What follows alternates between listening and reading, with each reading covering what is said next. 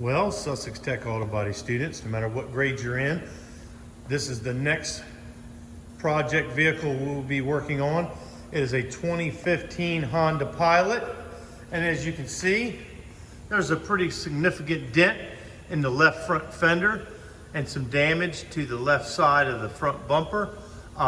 In this particular repair, we're going to just be spotting this bumper in.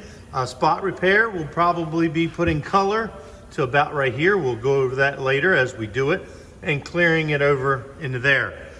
I'll try and discuss every step. Well, I will discuss every step as we go.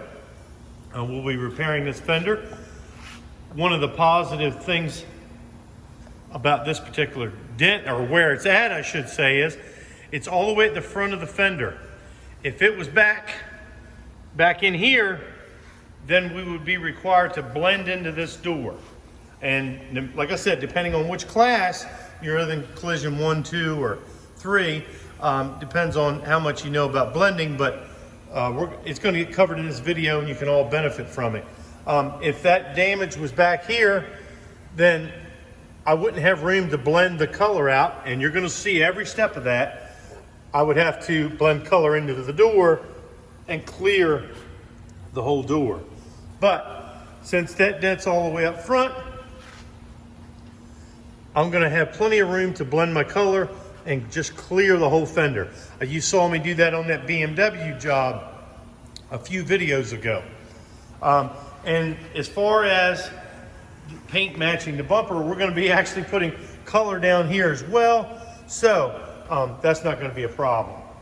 I am going to try my best to keep these videos in the 8 to 10 minute range, and there's going to be a series of questions about them. And that way, if I keep them short, you won't have to keep watching them over and over again. I'm not trying to get views here, not making money off of this. I'm just doing my best to teach you online till we can get everybody back in here. All right, when we get a job like this, I just explained to you that the advantage of it being up front, but now what we got to decide is, how are we going to repair this thing? Well, we're going to have to take this headlight out. Now, just from experience, I already know that there's a bolt right there, and then there's a push clip right there. That's not going to get this headlight out. We're going to have to pull this side of the bumper loose. I don't want to have to take the whole front bumper off. All right, after taking a quick look at the fasteners that are holding this stuff on, I have set out some basic tools, and I'm willing to bet that these are the only ones that I need to take this thing apart. I got a number 2 Phillips head screwdriver and a 1/4 inch drive socket set. And of course, no job is complete without having to use my red handle clip tool. I have a 1/4 inch impact here. That's just to speed things up. You don't need one at all. And matter of fact, I probably won't even let you, if you guys are in here as students, use that, because you can get yourself in trouble quick with that. So here we go. Okay, I'm going to take, there's 2 Phillips head screws inside this fender skirt. That's the fender skirt inside of there. Let me rephrase that. There's one.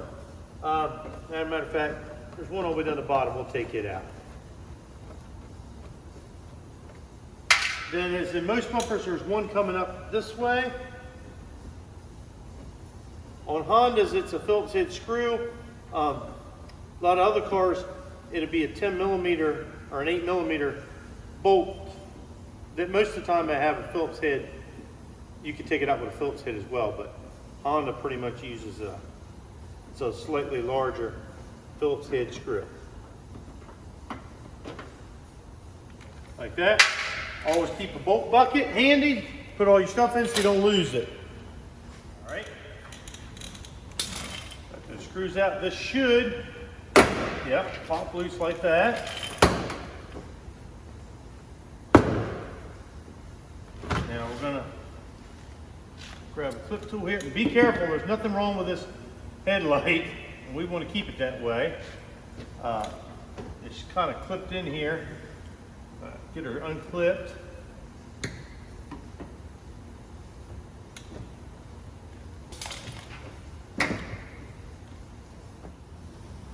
Okay guys, I just pulled this filler piece. This was down in here. It was held on with a series of push clips. Of course, you take them out with the clip tool. We're going to set it off to the side. That's going to let me have access to the bolts that hold this grill in here. Again, trying to keep this as short as possible. I'm going to use this little cordless impact here.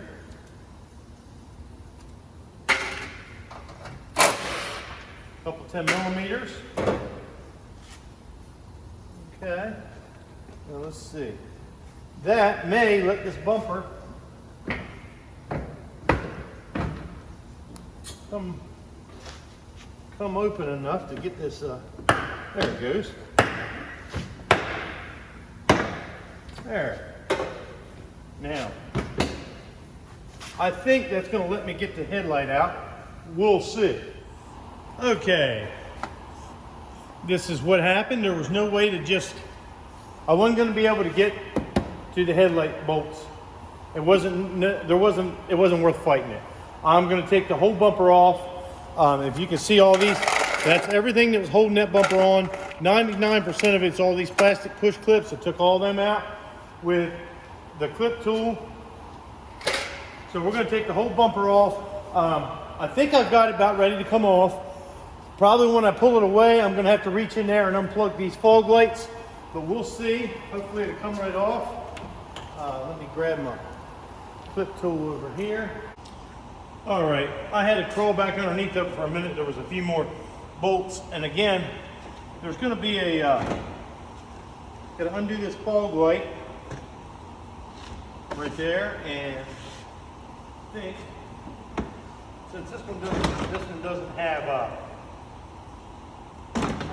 doesn't have parking sensors. So there it is.